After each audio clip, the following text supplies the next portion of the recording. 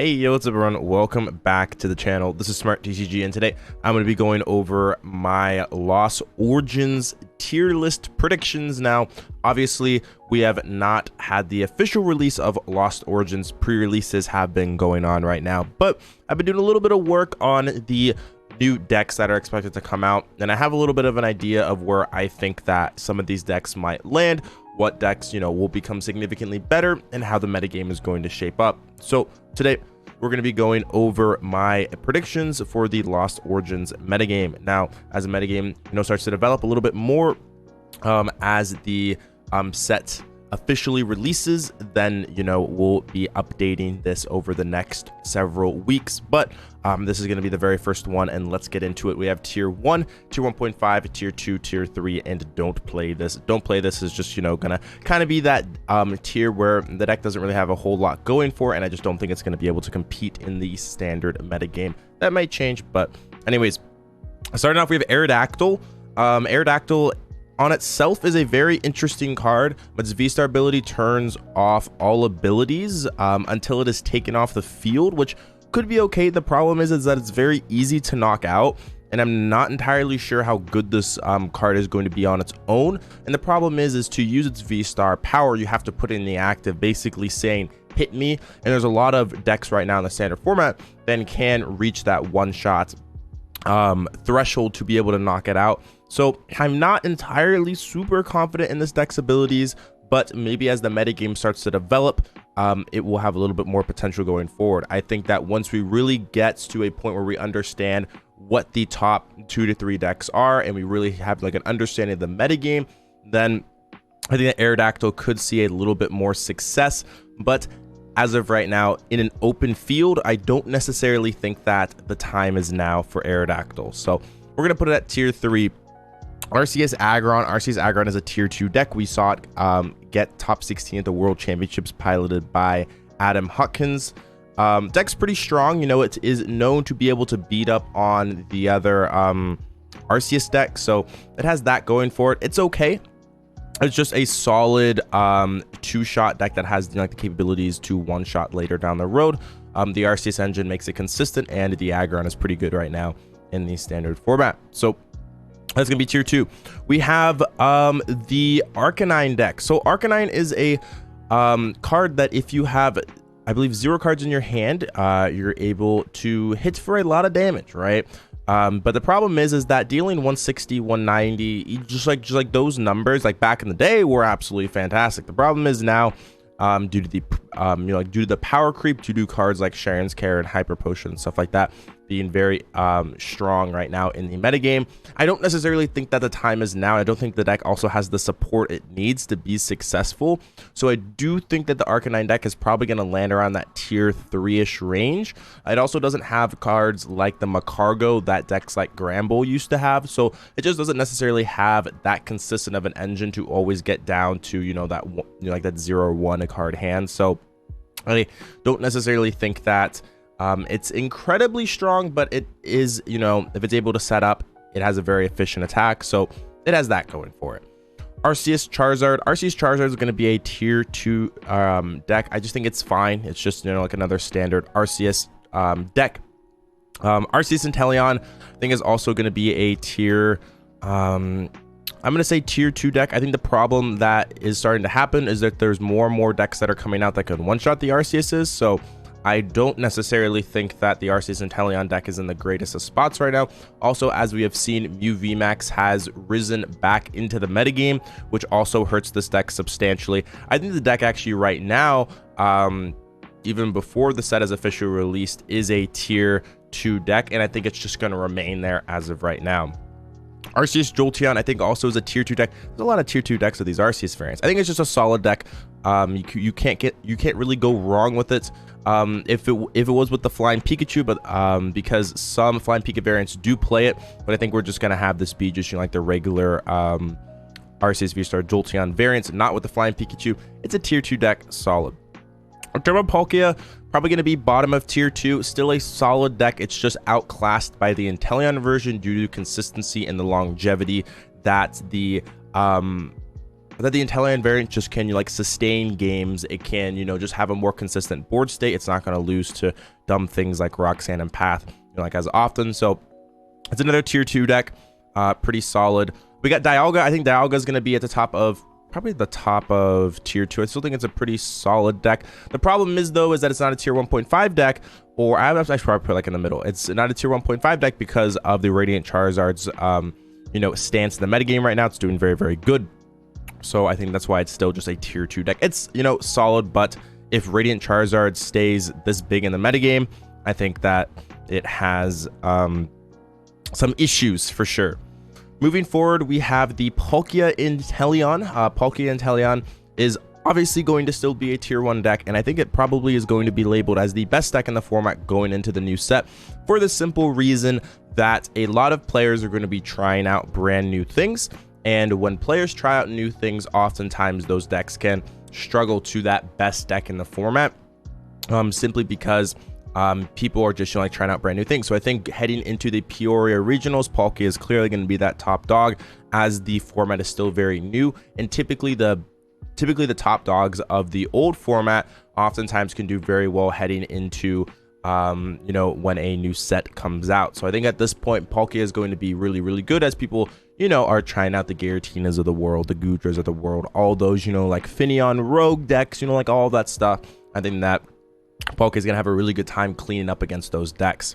Turbo Darkrai, tier 3. It's so unfortunate that Turbo Darkrai is at this stage, because it has all the tools that it needs to be successful. It's just not the right metagame for it. It really cannot beat any Palkia variant consistently. The Arceus matchups, that like you just get ruined by Marnie Path or Roxanne Path, and then you also just get absolutely demolished by the Radiant Charizard deck. So unfortunately, I do think that this deck is once again at tier 3. It has all the tools to be successful. It's just that the metagame is so terrible for it. So as of right now, we have it at tier 3. We got the Reggie Gigas deck. Reggie Gigas gains some new cards. It gains the new gift energy, I believe. When a Pokemon gets knocked out, drawing up to 7 is absolutely insane. So I think that Reggie is going to be at the top of tier 1.5. The only reason it's not tier 1 is because it's Reggie Gigas and it can have a lot of consistency issues. Sometimes the deck just doesn't work, but when the deck sets up, it is a tier 1 level deck, especially going into this metagame. I think it's incredibly powerful, and with the new support that it has, I think it's going to stay at the top of the tier 1.5 range. Maybe as more people start to add in some new cards like the Lost City, that could, you know, hurt this deck a lot, because Lost City, when a Pokemon gets knocked out, it goes into the Lost Zone instead of the discard pile. Reggie usually only plays 2 of the Reggies, except for the Regieleki, which sometimes they play 3, sometimes even 4. So that wouldn't be an issue for the Regieleki, but for like the Reggie Gigases, the Reggie Rocks, all those types of things, you're going to run into problems that people really start to add in things like the Lost Cities. So with that being said, I think that tier 1.5 is a really safe area to have Reggie Gigas as of right now.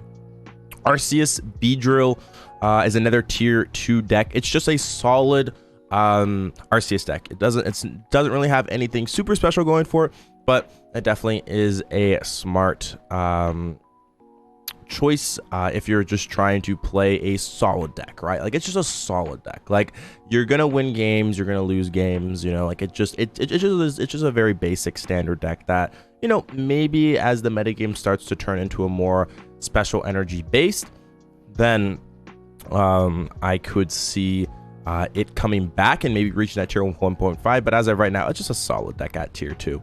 We got Blissey Miltank. It's just another tier 2 deck as well. Not a whole lot to talk about it with this. It's just a solid deck in general.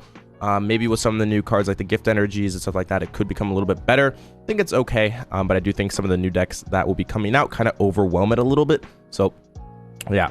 Anyways, Whimsicott, don't play this. Durant, also don't play this. I'm trying to think if there's anything else quickly I can throw into here where I would not like really advise playing it. We can also put this down here. The reasons why, like Whimsicott, it's just there's too many. Like the most powerful deck right now in the standard format does not play basic energies, so you know, like Trick Wind kind of is useless. Durant, yes, it can win. I honestly like Durant probably deserves to be in tier 3, just because it can win games, and it has been doing okay in recent online tournaments, so it's okay. Zoroark Slowbro is just way too inconsistent. People thought it was going to be good, but it's just never been able to take off. So I have that in the don't play this. Radiant Charizard Intelion, also going to be at the top of tier 1. I'd probably say like the middle to bottom actually of tier 1.5, simply because of the threat of Lost City. I think that if Lost City actually gains a lot of popularity, this deck will die. It's just a question of, will it actually see play? So I think I actually just would like the fear of Lost City becoming like a real thing. I'm going to put this in tier 2. The deck is incredible. If Lost City did not exist, this deck would probably be in the tier 1 range. But if Lost City shows up in just like any capacity, this deck will become nearly unplayable, as its main attacker is the Radiant Charizard. So a little bit unfortunate, but I do think that Radiant Charizard is still an incredibly strong deck.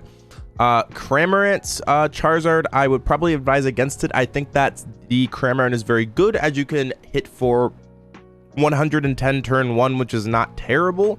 But I think it's just a worse Charizard Intelion, just because it's a little more inconsistent. Not a huge fan of it. Rabbit Check Malamar, probably top of tier 3 deck. It's been here for quite some time. It's a strong deck, but I think the problem is with all of the Arceus variants that do have healing. Also, Palkia is adding and canceling Cologne as well. So that Manaphy isn't, very good versus Moonlight Shuriken. There's just a lot that is, not really helping out Rabbit Check Malamar right now. It's a fine deck. I don't think it's great. And I think that maybe as the metagame starts to develop, it'll be able to come back, as it does have the tools to be successful. It's just not the time for it as of right now. E-Turn, I would not play this, unfortunately. I do not think that the deck has gotten really much of anything to separate itself from other, top tier decks. Path hurts it, Palkia destroys it, Collapse Stadium, Reggie Gigas being relevant hurts it. It's just a multitude of things that just ruin E-Turn. So I really do not think that E-Turn is going to see a lot of play or success. Now, we have one of the Deoxys here. I know there are a couple of them. This is going to be, I believe, the defense form one. It is okay. It two-shots a lot of things. It's just a very mid-level VMAX. It's just a VMAX that two-shots. There's really nothing, and also its ability, I believe, makes it so that it takes 30 less from V-Stars. So there's just nothing really special about it. Psychic doesn't have an insane amount of support right now either. So it's just average. I mean, I don't think it's special in any way. We'll just put at the mid of tier 3 as of right now. Maybe as it gains new cards, it could become better, but I just don't think that this deck has a ton that's going for it. It's okay. Finneon Dugong is just going to be another one of those, one prize decks that in theory could be really good, but struggle with consistency. The Finneon is really, really cool, being able to flood the board with energies, but I just don't think the deck is going to be super, super powerful, especially against decks, like that play the Sharon's carries, the Hyper Potions, when you can Moonlight Shuriken, multiple Finneons off the field or Spheals off the field before they become like the Dugongs. There's just a lot of problems that the deck has, but it is cool. It is definitely cool, and I think that we could see it show up a little bit, but I don't necessarily have the highest of hopes for it heading into the beginning of the format. But maybe as the format starts to evolve, maybe it could be a little bit cool. Arceus Jolteon is still a very, very strong deck, simply because of Reggie Gigas' rise, and also the fact that it does very well versus the Arc Flying Pika variants, and also the Palkias. I think it's very, very good versus those decks. Archduraledon, unfortunately, is a tier 1.5 deck. I know a lot of people hate this deck, but I think it's really, really good. Also does very well against the Radiant Charizard decks, just because your Duraludon is a dragon type, not a steel type. So they're not going to be hitting you for weakness. They can never one-shot you, and you heal so much as well that it just causes a lot of problems. Also things, like the if you choose to play the Collapse Stadium variants and stuff like that, there's just a lot that can hurt the Intelions. Also things like the Averys as well. It's just a lot for them to deal with. So I think that Archduraledon is an incredibly powerful deck right now, and I look forward to seeing how well it does in the new format. Arc Flying Pikachu is going to be a tier 1.5 deck. I think as Mew VMAX rises in popularity, I believe that this deck is going to struggle a little bit. I think it's still incredibly powerful, and I think it's still going to do very, very well. But as of right now, I don't feel comfortable putting in that tier 1 range. Simply because Palkia's popularity is going to go down a little bit, simply because there's going to be so many more contenders in the format, which does hurt Flying Pikachu's viability just a little bit, because Flying Pikachu is very, very good versus the Palkia variants, like the Ice Rider Palkias of the world and stuff like that. It's very good in a more, condensed metagame, but as the metagame, you know, starts to spread out, as we get more and more decks, it can lose a little bit of viability. But I still think it is incredibly powerful, just being able to go Marnie Path, Marnie Path, Marnie Path, having Flying Pikachu as well versus the Reggie Gigas decks of the world, also versus the Radiant Charizard, is just incredibly powerful. Still a very strong deck and definitely deserves that spot at the tier 1.5. Water Box, tier 3 deck. Maybe you can play like the Lost Zone like mechanic to maybe boost its consistency with like Comfies and stuff like that, but other than that, I don't think it's necessarily super powerful, and I'm not entirely sure how good it is going to be, but at the moment right now, it's just a tier 3 deck. It just struggles with consistency. It's a little bit too slow, a little bit too weak. It can steal games here and there, but nothing special about it. All right, Mew VMAX. This is the big question mark, as Drapion is a card that is going to be popping up. Now, any one prize deck that plays Drapion is going to destroy Mew. And the reason is that, let's say a single prize Lost Zone based deck will simply use Thornton to go into into the Drapion to one-shot the Mew. Then you will one-shot Mew, and then they can use Thornton again. And they can bring back the Drapion over and over and over again. They also have things like the Cramorant as well to one-shot Meloetas. So I think that if people play the Thornton-based variant of Drapion, then Mew is going to get absolutely demolished, because Mew cannot beat that version, but it can handle just random decks playing one of Drapion's. The problem is that the fact that you have to play around Drapion now, and like you have absolutely no idea half the time if they play it, makes it significantly harder for Mew to actually be able to survive in the metagame, just because Drapion is a lot better than people think, and if it is put into a Thornton based deck, then the deck then Mew could just could almost completely die. But I think that Mew is still such a powerful deck in the format, and with some of the brand new cards coming out, like the Goojers of the world, like the Garatinas, like the Kyurem VMAXs, I do think the deck does relatively fine versus those decks. It's just the question of, will Drapion actually completely push this deck out of the metagame? I don't think so. I think that Mew is too powerful of a deck. So I'm going to put it at the bottom of tier 1. I think this deck, as someone who has played Mew to Worlds, to multiple regionals, and also the European international championships, I have a little bit of an idea of how the metagame will kind of, start to move over towards, like the anti-Mew. But maybe as Mew then loses tons of popularity, people cut Drapion, and then the deck, will assert itself back into the top of the metagame. We don't necessarily know exactly just yet, but I think at right now I can comfortably put it at the bottom of tier 1.5. Unfortunately, not at the top or tier 1. If the Drapion did not come out, this would probably be maybe even ahead of Palkia, but the fact that Drapion is just such a powerful card, I'm a little bit concerned about Mew's viability. All right, Gengar Mew tier 3 deck, it has been a tier 3 deck for quite some time. It's okay, nothing really special about it. Can run into consistency issues and just almost as a worse Palkia or Turbo Palkia, like in almost every single way. It's okay. Giratina now. We have Giratina. A lot of people have been criticizing this deck, saying it's going to be the new Rayquaza VMAX or the new Reshiram and Zekrom tag team. I disagree. I think this deck is going to be very, very good, whether it be with the Arceus V-Star variant or just, like the Turbo one with like the Comfies and the Lost cards and stuff like that. I think the deck is fine. I think the deck is a solid tier 1.5 deck. I would probably put it below Reggie Gigas as of right now. I think it's solid. I think that it has a lot of potential. It has potential to reach that tier 1. It's just that we need to see a little bit more. I know it's been doing relatively well overseas in Japan, I believe. I know it's been seeing some success over there, so that's a good sign that the deck might have, some viability coming over here. So as of right now, I think that Giratina is a strong deck. Goodra as well. I think that Goodra is also a very, very strong deck. I think that people are underrating how many cards that this deck has. You have the Fantina as well to be able to reduce tons of damage. Your attack also reduces damage. Your V-Star power literally reduces or it heals all of the damage. You also have things like the Crystal K's of the world. You have like the big charms. You have so much to heal. It's very similar to the Arceus Intelion variants, as you just go, you're like heal. But I think that it has a little bit more going for it. It's not weak to fighting types, which is good, so you don't have to play like things like Dunsparce.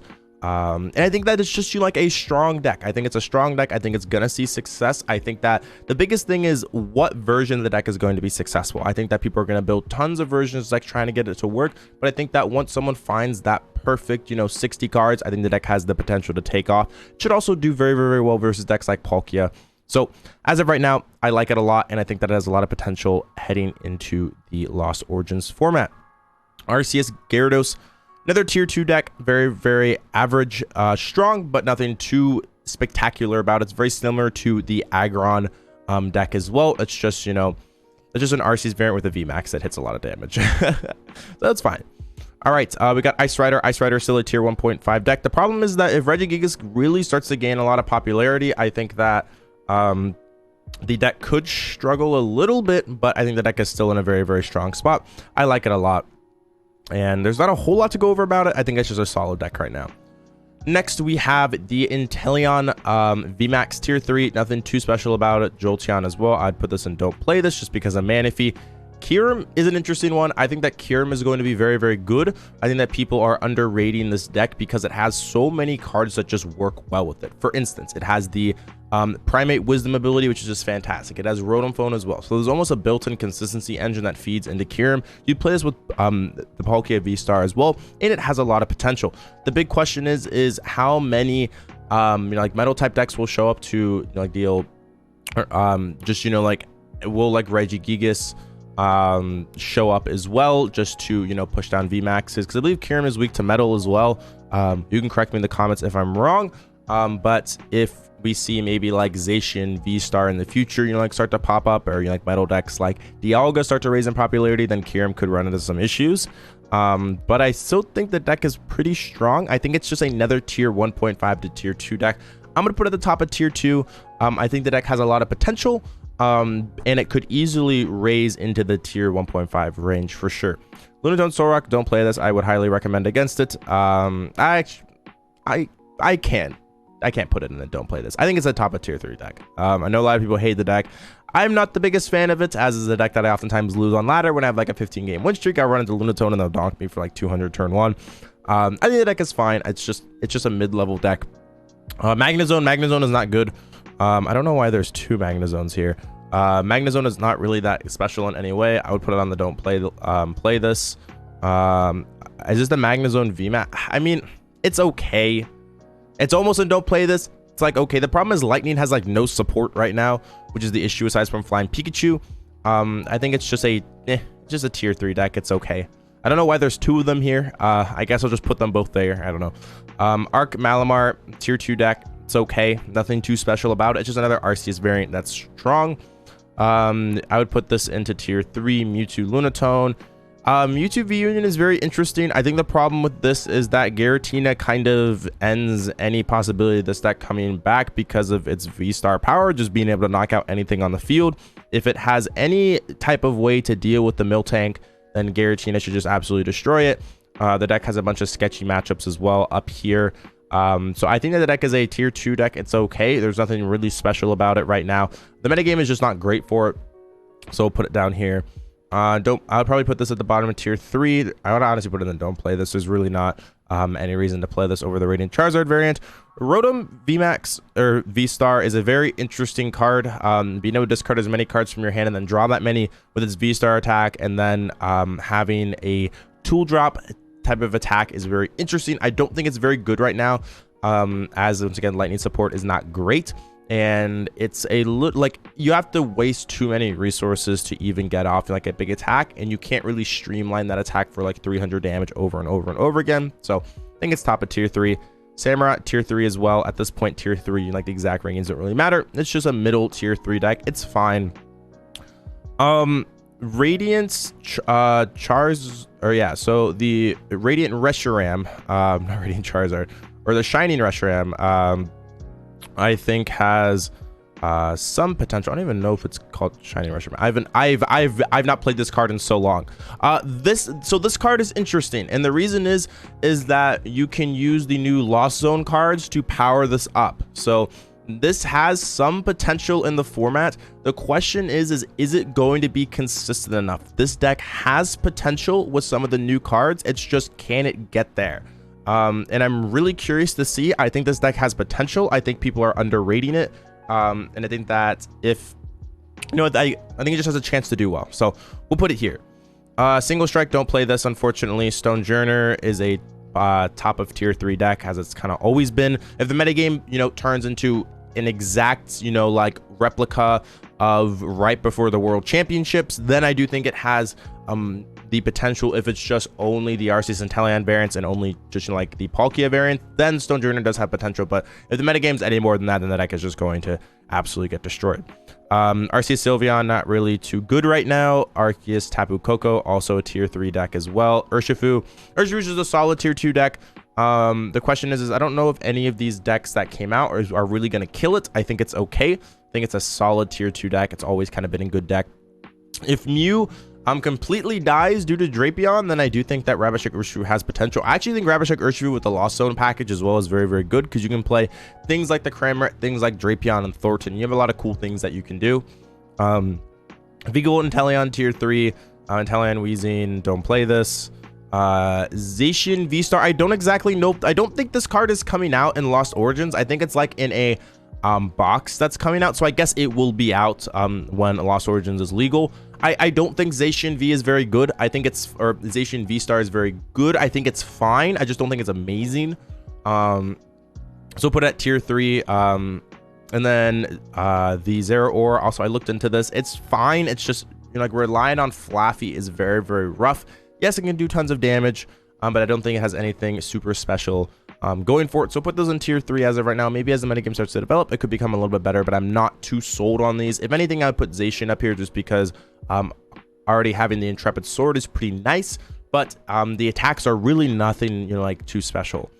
This one is interesting. Hisuian, Zoroark, V-Star, and Gengar. I think that this deck is a little better than people think. The problem is that colorless is such a terrible type to have because you don't hit weakness on anything. So if it had Dark, for instance, at least it would hit Mew for weakness. If it had, let's say, I don't know, Metal, you know, like you could hit, you know, like Ice Rider. If it just had like, or just like Lightning, just like anything, like give it anything, all right? But it doesn't have that, so that's the problem. It can struggle to one-shot as well things. It is fine, like with, you know, like the like with like the Gengar, it's kind of cool, but other than that, I don't think it's particularly overpowered. I think it's just an average deck at best as of right now. Maybe someone figures out exactly how to play it and the deck becomes special, but I do think the deck luckily has a lot going for it, so I think that it's okay. I just don't know how it beats Palkia consistently, which is a huge issue. So yeah, we'll put it here. Anyways, that is my Lost Origins predictions. Obviously this list is going to change substantially over the next couple weeks. We also have the Peoria Regional Championships later this month as well that will, you know, kind of help alter this as well. Anyways, if you enjoyed the content I provide, make sure to leave a like and subscribe. I appreciate all your guys' support. As always, this is SmartTCG, and I'll speak with you again soon. Peace out.